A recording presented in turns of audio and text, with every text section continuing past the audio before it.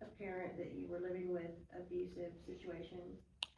So my life, I feel like it was pretty normal, until probably the age of 14. That's kind of when things got a little rough, like in my life as living with my parents. I feel like that's a lot of the reason why things kind of happened the way they happened.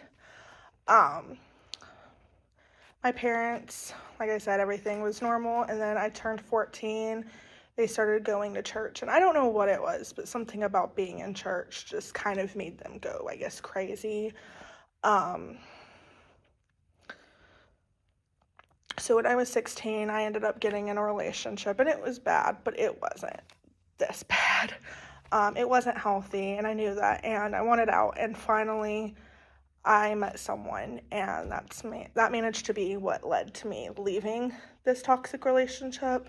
At that point, I was 18, and so I ended up leaving that relationship and getting into a new relationship, and that relationship ended up being the person who strangled me.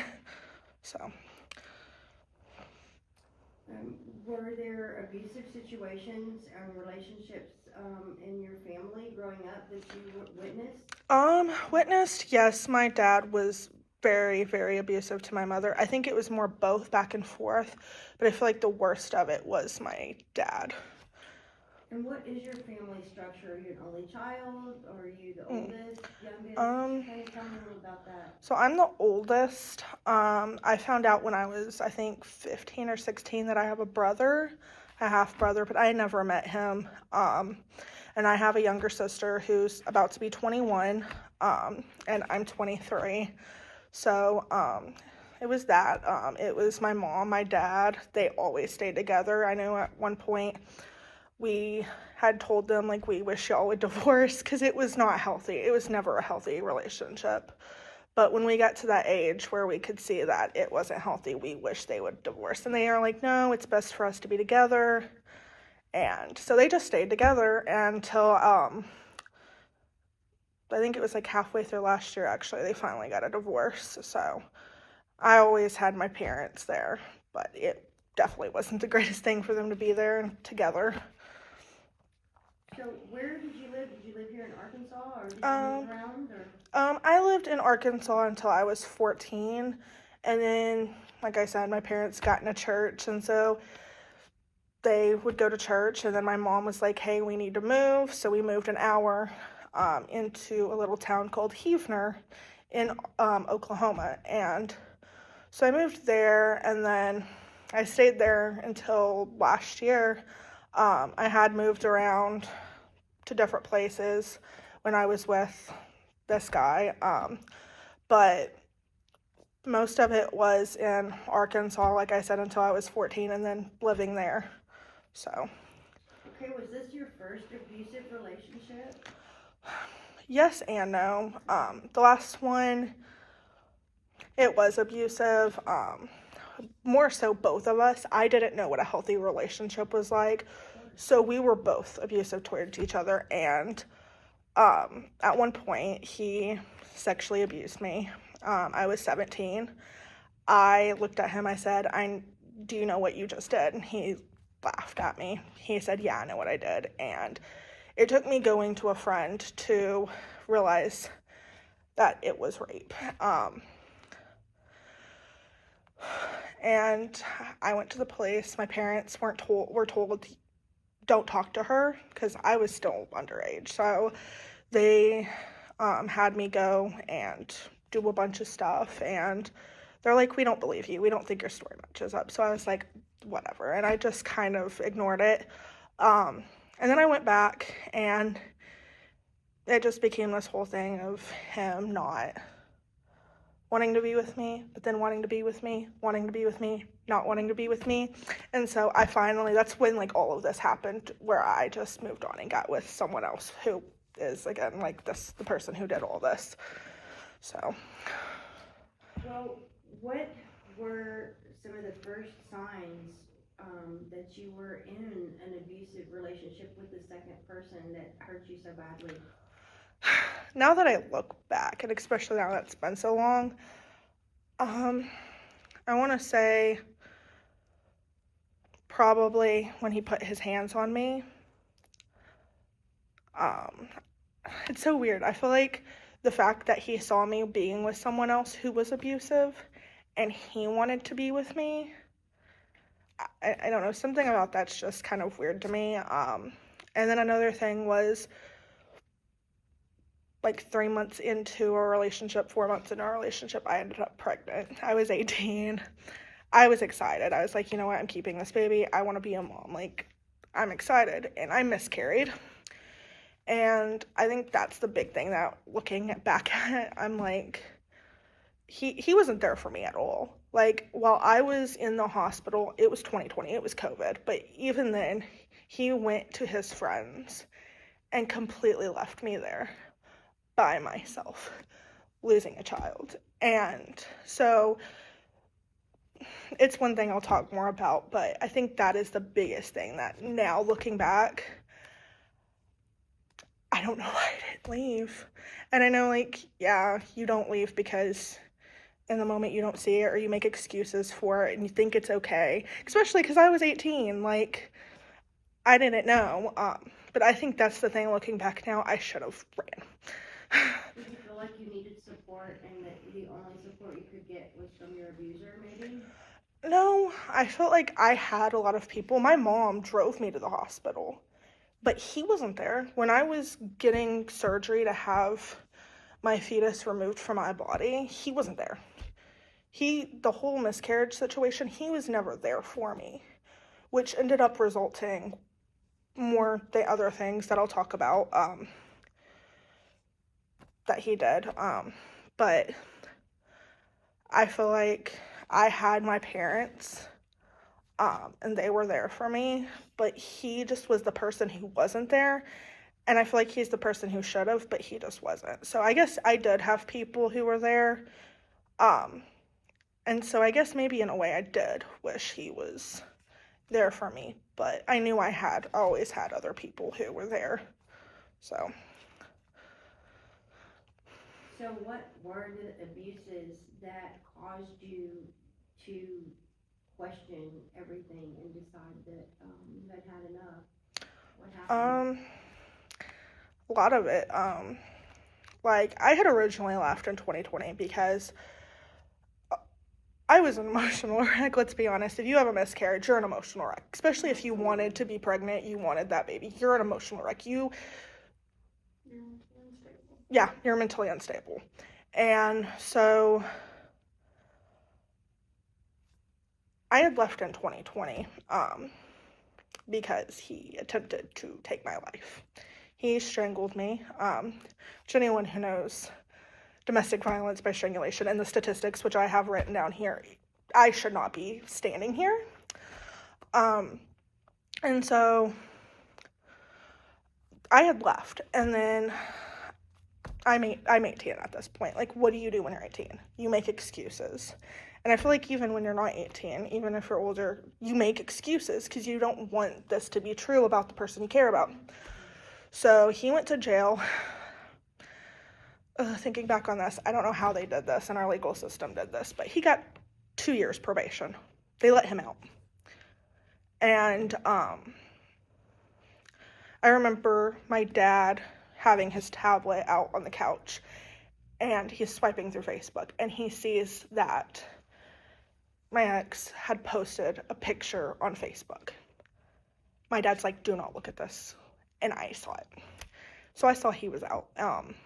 And I had so many emotions. I knew I still cared about him, but I was trying to force myself not to. And I don't even remember how long later, I ended up going back. I got pregnant with my daughter. Another red flag was that pregnancy because once again, he wasn't there for me. There was little things he had done, but ultimately there was more bad stuff he had done than good stuff. So, I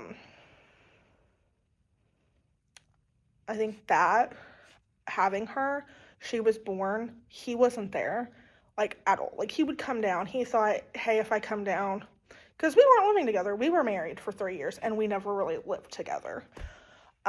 So he thought coming down to my parents' house and seeing her for the weekend was good enough parenting. So I did a pregnancy alone, 2 actually, and I did it all on my own, and I finally was like, look, I'm never gonna live with this guy, we're never gonna have a future together. He told me all the time that he was gonna kill me. And finally I was like, you know what, this guy's gonna kill me, he's gonna hurt our child. If I don't do something, if I don't leave, I'm never gonna leave. So we got in a huge fight, and I told him how I felt. I threw my phone. I acted like I didn't know what was going on, but I told him over the phone while yelling at him that I was just done. I could not do it anymore. I could not deal with living like that, not knowing what was going to happen, not knowing when he was going to end my life, not knowing what was going to happen. And so I left. The way I did it was, I feel like now I probably should have just left. I told him that I wanted him to see someone else, and I wanted to see someone else. And he moved on immediately with someone else. And I just moved on. So that's, I guess, a little bit of how I left. So. What were the obstacles in your everyday life that made it hard for you to finally make the break? I think it was more or less the wanting my daughter to have her dad. And even today, like, it's something that I still struggle with because we co-parent. I have full custody of my daughter, but I still have to co-parent, you know? And so it's always, I think, been, for me, wanting my daughter to have a dad. And not even just that, I feel like always hoping that he would change and be the kind of dad that I know he could be, but he'll never be. And so I think that's the thing that has been the hardest this whole time, was wanting him to be that dad and knowing that he would never be it. So you did leave and go back. How many times was that the case for you? Seriously, like leaving and going back? Yeah. Once, twice. I'm trying to think. Because I had left, and then I went back, and then I finally left. But I think if you're saying you're leaving, but not actually leaving, daily. Yeah. Sometimes multiple times a day. Sometimes I would threaten to leave just in hopes that it would get him to say, you know what, if I don't get my stuff together, she's not going to be here. So I think it was mostly just having to threaten to leave, and it never done anything. So I think that's also what led to me leaving. Did you find help in unexpected places when you finally made the break from your abuser? So I did this thing, and looking back, it's awful because he still to this day uses this as a thing to be like, she did this. I had a guy friend, make text messages of us flirting, and I knew he had access to see them. So what I did was, we made these messages. He woke up one morning and saw them and starts yelling through the phone at me, you're cheating on me. And I'm like, no, I'm not. So I'm going along with the whole thing. He didn't leave. He said he was going to leave, but he never left. And so I think that's the main thing. I wish I had just left, but I feel like desperate. I wanted out, but I couldn't physically force myself to get out. So I feel like that's the main thing, was just having to make myself seem like this awful person that I'm not, in hopes he would be the one to leave. Yeah. So. Kind of a plan that you made to force the issue, so to speak, and then it didn't work. Yeah. Did you find roadblocks or setbacks when you did try to finally make your exit from the relationship? I think after I left, there was a lot of stuff that was very scary, and I think ultimately at that point I was just done. I think most of it was the fear of what was going to happen with my daughter, because he told me when I was pregnant with her, everything, like, I'm going to take her from you. And ultimately, he never fought for custody of her.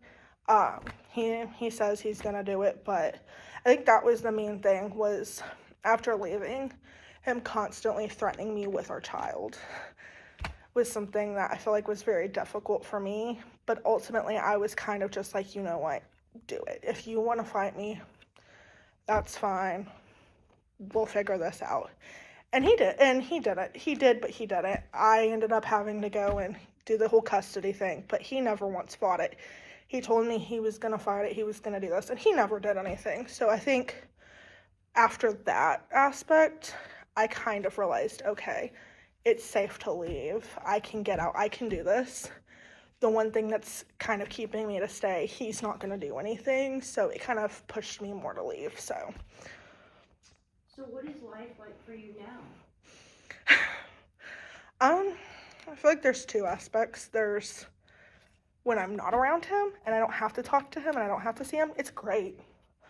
I don't have a relationship with my dad because my mom left last year in April.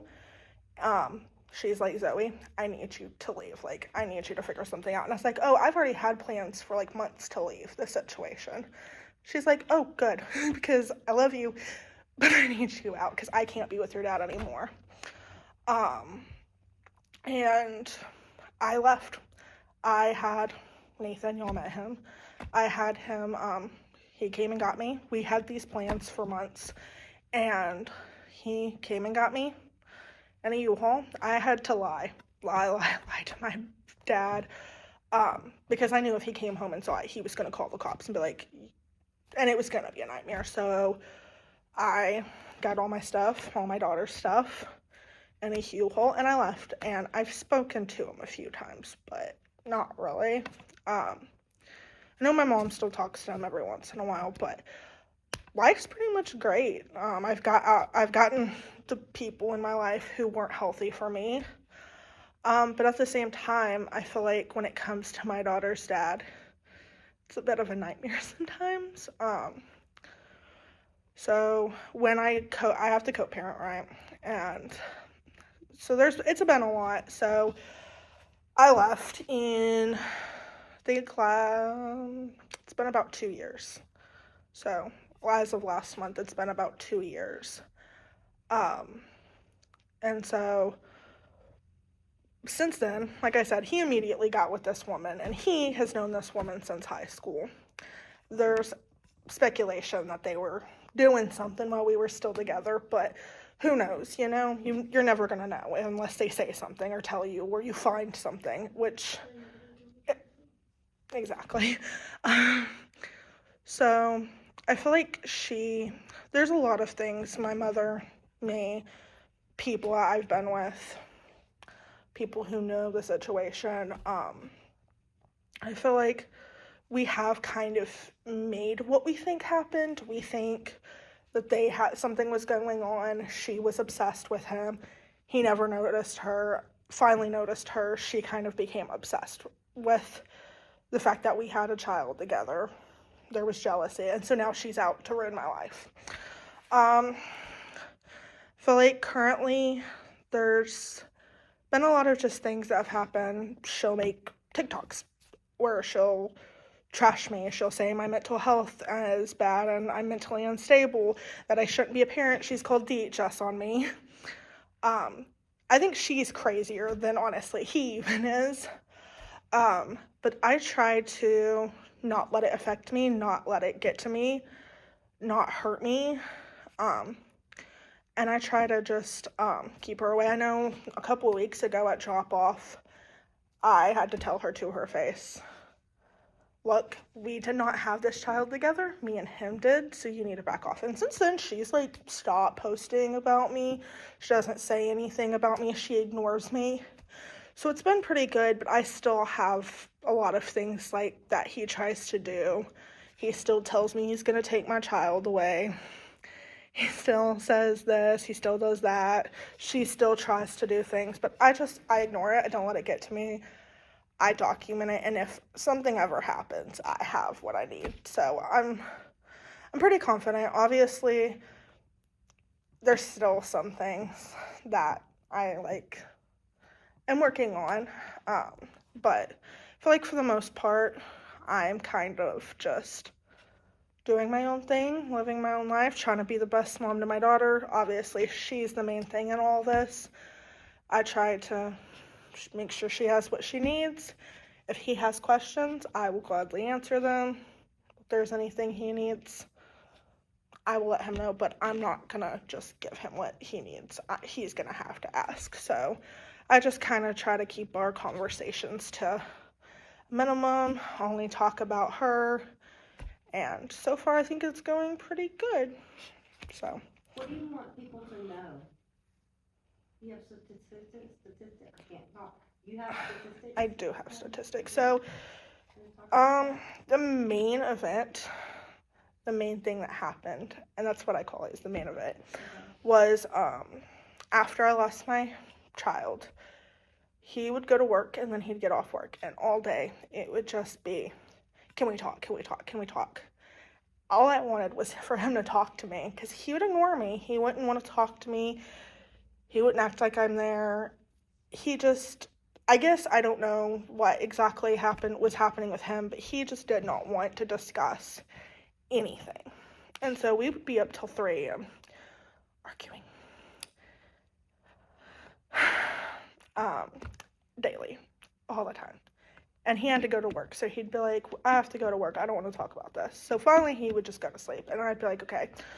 Well, one day, and this was August of 2020, so it's been over 4 years now, but I still remember a lot of details. We got into an argument. It was 2, 3 a.m.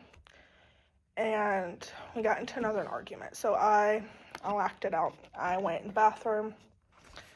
I am writing down all of the things I want to talk about. And here's the bed, and he has this little table, and I go and I put it down. Well, that was his last straw. So he thought it would be great to get up on the bed. The best way I can describe it is, it's like, you know when a dog sits on a bed and they're on their all fours next to me, and he's screaming in my face. And a big thing that my parents did growing up is would scream. So I've always hated screaming. Screaming does nothing for me. It does not help me. It doesn't make me want to talk. It does something to me. So he's screaming at me, and I don't know what was with me that night, but he is screaming at me, and he's screaming, shut up, shut up, shut up, shut up. And I look at him and I say, you're not going to abuse me. I think that was the first time I actually had stood up to him. And he's like, I'm screaming back at him, you're not going to abuse me, you're not going to abuse me. And I remember him taking a pillow, and he takes a pillow and he puts it over my face. And I remember him having it on my face, and all I could think of is, oh my gosh, is this really happening? I'm gonna die, which is very common for domestic violence by strangulation. You feel like you're gonna die. And so I don't know what made me do it. Maybe the fact that I thought I was gonna die. I still don't know how I did this, but I managed to bite the pillow and bite his finger. And so I bit his finger, and he lifts it up and he screams. And then he proceeds, I don't remember if he did it twice because it all happened so fast, but I do remember him having the pillow, and then the next thing I know, he has his hands on my neck and he's just doing this back and forth. And the next thing I know, he's hitting me in the head. And then it stops. Something made it stop. And I was just in a state of shock, and I was like, I don't want to do this anymore. I don't want to fight anymore. He then proceeds to break my phone. And I don't know why I reacted and what happened, but he went outside. I ran, because we were staying with his family, so I ran to one of the rooms, and I'm on the floor bawling. And they're like, what's going on? I said, he tried to kill me. He did this. He's been hitting me. When he gets mad, he hits me. I can't do this anymore. Well, she goes and she gets another family member. And he's like, okay, so I need you to call the cops. Because I didn't know this at the time, but they didn't believe me. They thought I was making stuff up. Mind you, like I said earlier, we were doing this every night. He was hitting me every night. I was screaming for my life every night. They were just ignoring it. They were just letting it happen. So they didn't believe me, so they told me to call the cops. And I didn't want to call the cops because I was scared of what was going to happen, but I called the cops. And I got lucky that night, and they came out. They saw a bruise on my head. They saw marks, which I'm not sure if everyone knows this, but that doesn't happen in a lot of cases. There are a lot of cases where there are not marks. And the police, at a legal standpoint, cannot do anything if there are no marks, if there's no evidence. But thank gosh that night there was proof. There was evidence. And so they asked me, do you want to press charges? And if I could go back, I would have said yes. But I said no, thinking that he would not go to jail. And thank gosh, the state of Oklahoma, it does not matter what the victim says, you're going to jail if that person has marks on them. So they took him to jail that night. And I managed to get on my laptop and figure out how to call my mom. And she came and got me, and I just remember that next day, I never ate. My mom pulled through a random McDonald's on our way home and was like, you need to eat. And I was like, no, Mom, I'm not hungry. I don't want to eat. And she bought me food anyways because she wanted me to eat that day. And I could not eat. I physically could not force myself to eat, which is not me. I am not the kind of person who doesn't eat. If you're going to bring me to McDonald's and get me food, I'm going to eat. Like, unless I'm sick or something, like, I'm going to eat. And so I didn't eat, and I just went home, and so, you were asking about the statistics. So I have a lot of statistics. I have 2 pages. Some of it's just random stuff, some of it's fatal and non-fatal, and this is what I could find. So 1 in 4 women and 1 in 7 men become domestic violence survivors. So the non-fatal strangulation, and this is just strangulation, this isn't just domestic violence, this is just domestic violence by strangulation. 10% of domestic violence survivors, it was by strangulation. 45% of attempted homicide, attempted murder, is done by non-fatal strangulation. It is involved in some part of the attempt murder. 43% of homicides, somewhere involved in what happened, was strangulation. 31% of victims who survive, 31, that's almost a third, end up becoming suicidal. 58% of victims are also sexually abused. So they don't just get strangled, they also get sexually abused during that event. 43% of kids watch it happen. And as a mom, that one, like, really, like, 94% of women thought they were going to die. 94% of women.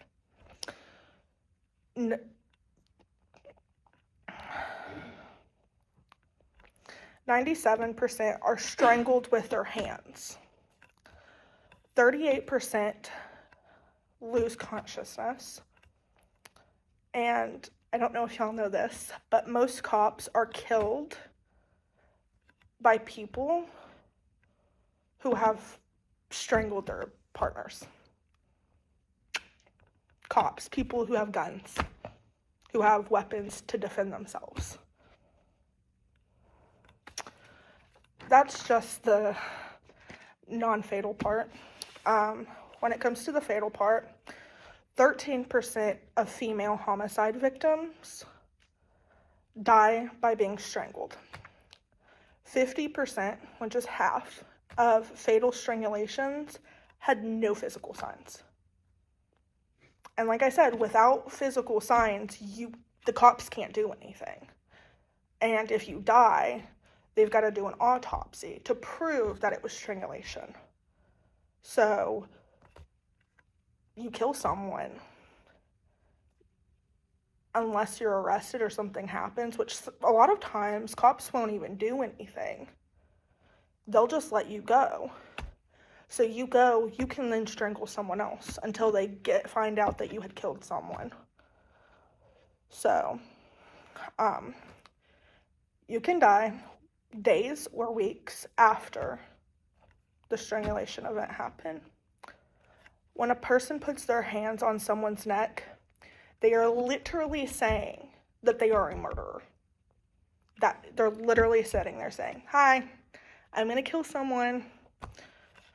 They are more likely to kill police officers, their own kids, or their partners. The odds of homicide for victims goes up by 750% if they have previously been strangled. It goes up to 1,100% if the abuser has a firearm. That's insane. The number one cause of death for pregnant women is domestic violence. Not a car accident, like nothing. It's literally being killed by your own partner. Domestic violence by strangulation is attempt murder. And typically, when you're charged with domestic violence by strangulation, you also get an attempt murder charge, which is why I don't know how my abuser didn't get both. And I actually didn't know about this until he told me this. And then the last thing I have is it takes 5 to 10 seconds to lose consciousness. 5 to 10 seconds. And then the definition of strangulation is a condition in which the blood supply to part of the body is reduced or cut off as a result of compression of blood vessels. So it's different than every other type of abuse. This abuse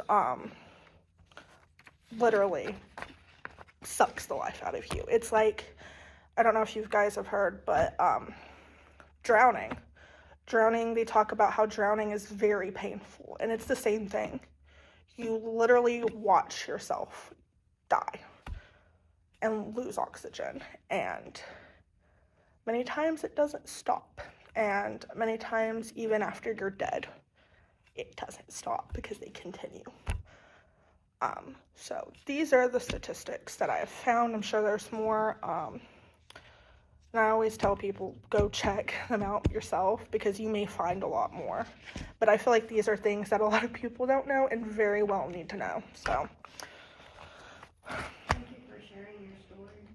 you're welcome. Is there any message of hope that you want to give to women who may be in this situation? I know that there's a sign you can do, and there's a lot you can do. Only do things if you are in an environment where you're safe, because it could kill you. You doing one little thing could kill you. And if you're not safe, don't do it. But I know one thing I've seen is you put your hand like this and you do this.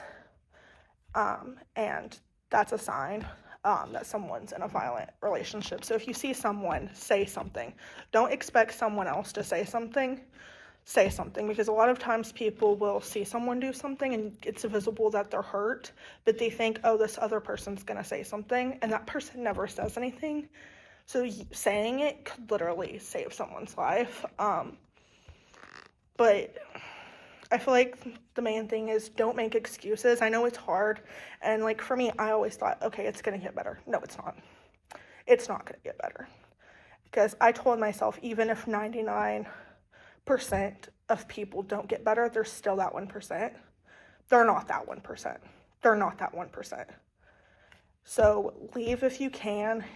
make a plan, even if it takes you months to get out. Try to have a plan, because you never know when your last moment's going to be. It could be a year from now. And if you can get out before that year, you may save your own life.